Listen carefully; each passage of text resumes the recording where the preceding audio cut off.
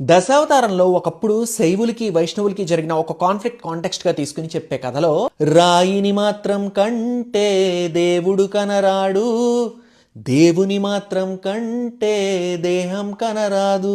ఇది ఒట్టి శిల అని అనుకుంటే ఆ భగవంతుడు నీకు ఇంకెప్పటికీ కనబడ్డు. అలాగే ఆ పరమాత్మను ఒక్కసారి గ్రహిస్తే ఈ శరీరం ఇదంతా మాయా అని తెలుస్తుంది అని అంటున్నారు. అక్కడ ఆయన ఒంటికి ఊసలు గుచ్చుతుంటే ఈ నొప్పి ఎంత, ఈ దేహం ఎంత అని. హరిని తలుచున హృదయం నేడు హరుని తలుచుట జరగదులే, అష్టాక్షరం తెలిసిన నోరు పంచాక్షరం పలకదులే. ఆ విష్ణువుని తప్ప శివుడిని నేను తలుచుకోను, ఓం నమో నారాయణాయ అన్న ఈ నోరు ఓం నమ శివాయ అని పలకదు అని అంటున్నారు.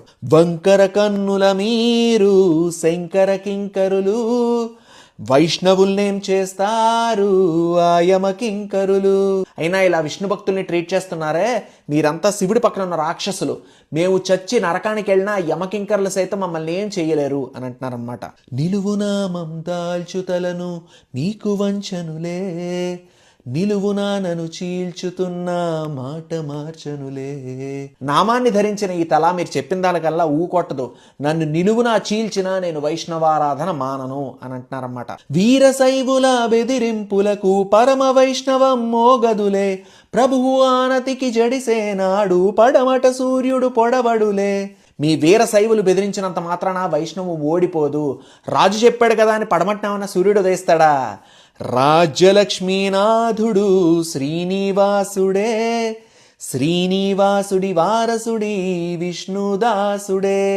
దేశాన్నేలే వారంతా రాజ్యదాసులే, రాచలకు రాజు ఈ రంగరాజనే.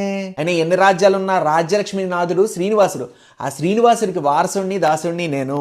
అయినా దేశాలు నేలే వారంతా రాజ్యానికే దాసులు, రాజులకే రాజు చక్రవర్తి మా రంగరాజన్ అని అంటున్నారన్నమాట. నీటిలో నా ముంచినంత నీతి చావదులే, గుండెలో నా వెలుగును నింపే జ్యోతి ఆరదులే. అతను నీటిలో ముంచేస్తుంటే నీటిలో ముంచేసినంత మాత్రాన నీటి అంటే మొరాలిటీని చంపగలరా? నా గుండెలో వెలుగును నింపిన జ్యోతి ఆ శ్రీనివాసుడు అందరు వైష్ణవుల గుండెల్లోనూ వెలుగుతూనే ఉంటాడు అప్పటికే అంటున్నారు. దివ్వెల నార్పే సుడిగాలి వెన్నెల వెలుగును ఆర్పేనా, నేలను ముంచే జడివానా ఆకాశాన్నే తడిపేనా.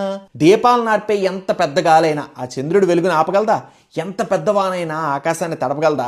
శైవం ఒక్కటి మాత్రం దైవం కాదంట, దైవం కోసం పోరే సమయం లేదంట. శివుడు ఒక్కడే దేవుడు కాదు, అయినా దేవుడి గురించి ఇప్పుడు పోరాడే సమయం లేదు అంటున్నారు. వెన్నెలకంటి గారు ఈ పాటని తెలుగులో గుండెలకు హత్తుకుపోయేలా రాశారు కదా. మీకు ఎలా అనిపించిందో కొంత కామెంట్ సెక్షన్లో మెన్షన్ చేసేయండి.